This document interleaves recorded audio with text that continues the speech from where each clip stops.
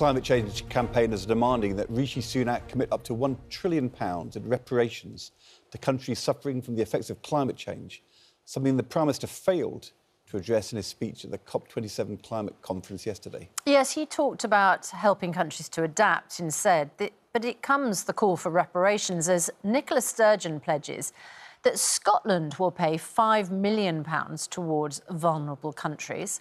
And the former Prime Minister, Boris Johnson, who's also at COP27, saying the UK cannot afford to pay reparations. At a time when the country is battling with the soaring cost of living, is now the right time to debate giving money to other countries to compensate for loss and damage because of climate change that was caused as a result of the Industrial Revolution?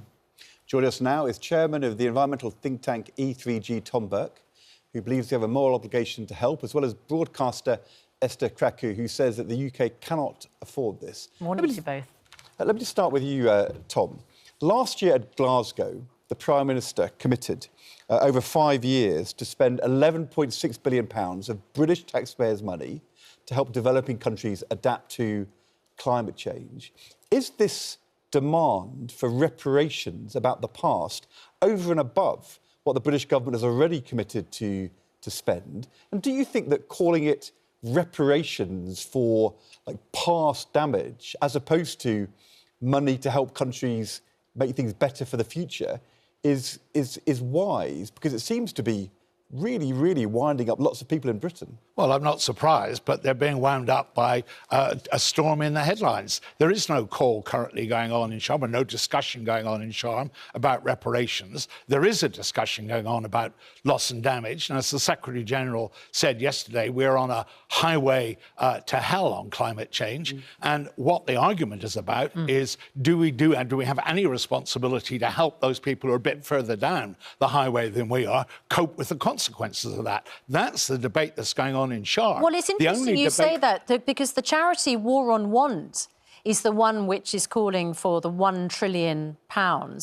for reparations, reflecting the damage done to the planet by the UK burning fossil fuels to power our economy. It's the right thing to do. It's the moral thing to do. We should step up as a country and accept responsibility. It's not charity, it's not aid, said the leader of War on Want, Mr. Raymond. This is the UK accepting the harm it's created and repairing that harm. Yeah, but that's War on Want's point of view. That's not the discussion that's going on in Sharm el-Sheikh. War on Want are perfectly entitled to their view, but that's not what's actually under discussion. What's under discussion is not how to pay for the past, but actually how to deal with the current problems. And remember, it's not just a moral issue. There is a moral responsibility, clearly, to deal with this. There's also practical issues.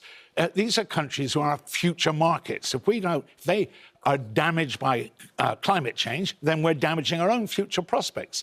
These are countries which, if their damage is bad enough, become failing states, then that leads to migration all over the world, and for us in particular. So there are real what is it about practical this environmental debate at the moment? You know, I've been working in government and opposition, trying to do my bit to tackle climate change for 3 or 4 decades. But at the moment, you have War on Want saying trillion of reparations.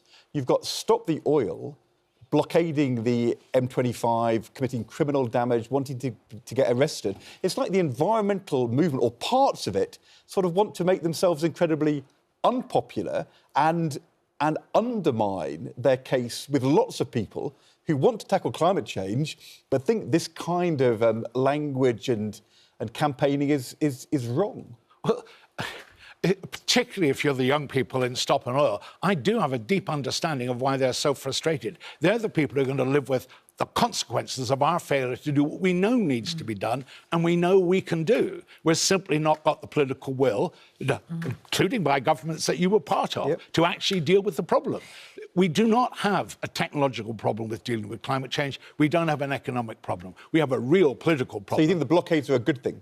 I think the blockades draw attention to what the fact that politicians are not actually doing their part.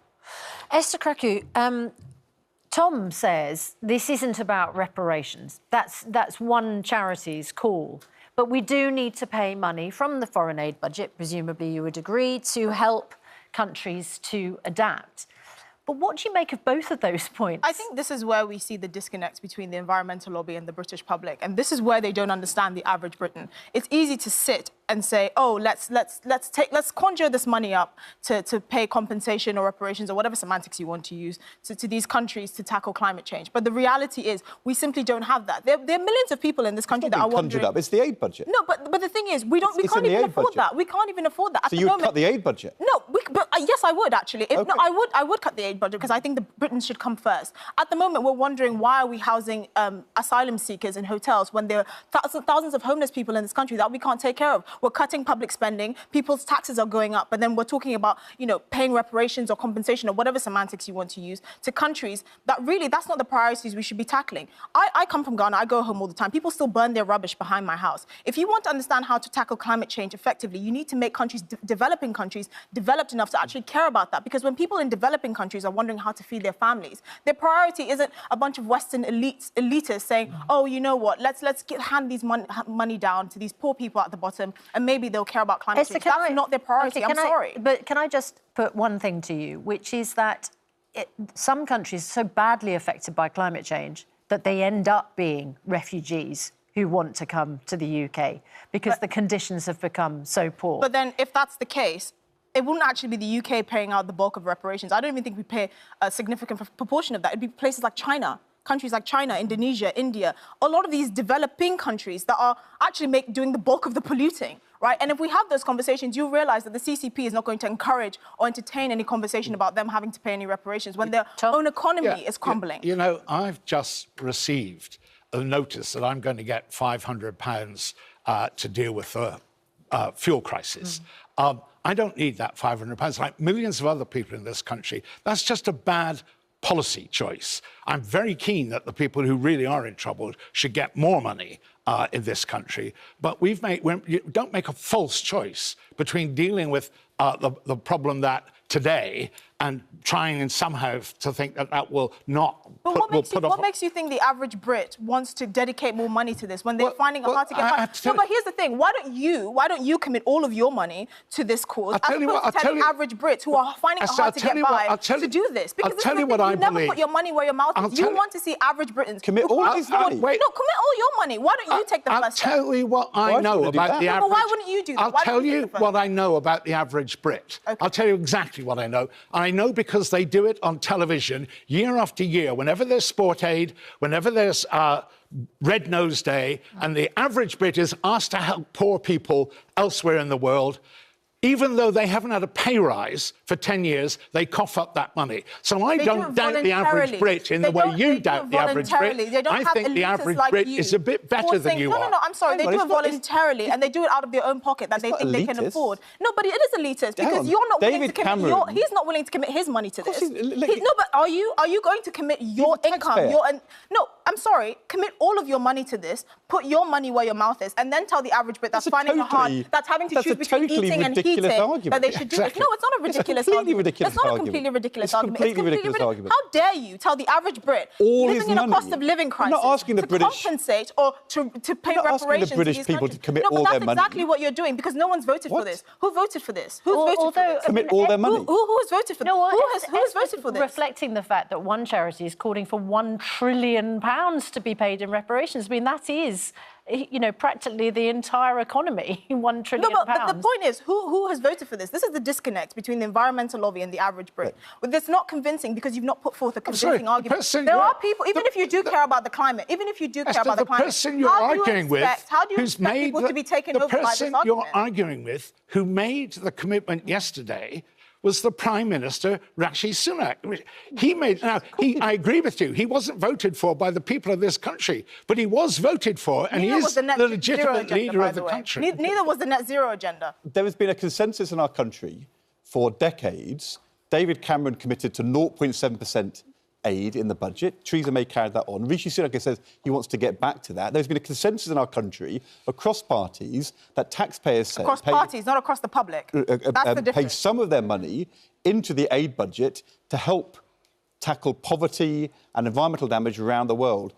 You are totally against that. You say we should only spend on British people here, and I think we you should reject that I think we should prioritise Britons. And I say, and I take offence with that because... It's not about climate change, it's just about anything. No, hold on. I take offence to that because I'm not completely disconnected from people in the developing world, unlike a lot of people that sit there and make these promises. You just said you don't want any money to be spent on the aid budget.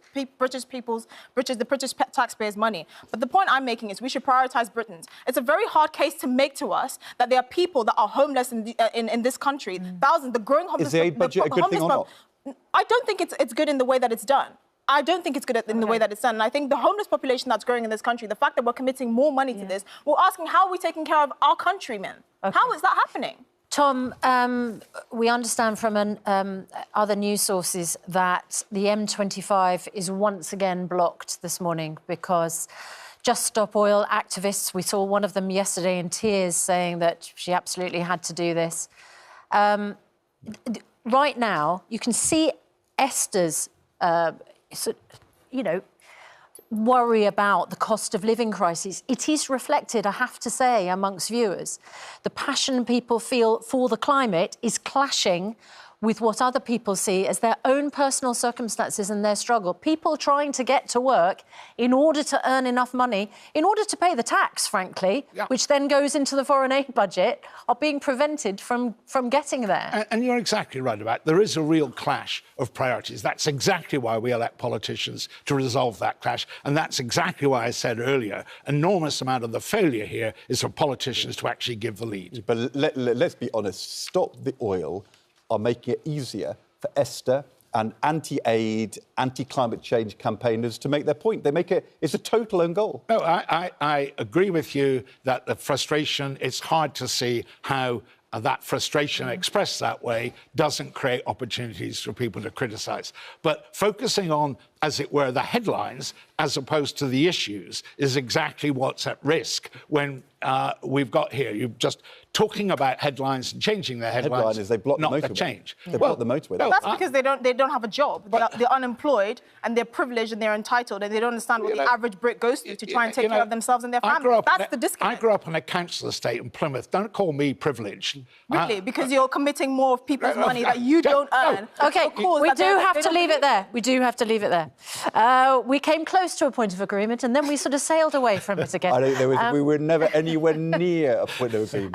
Tom, Esther, look, it's a really live debate and your points of view really do reflect the divide in the country over these issues.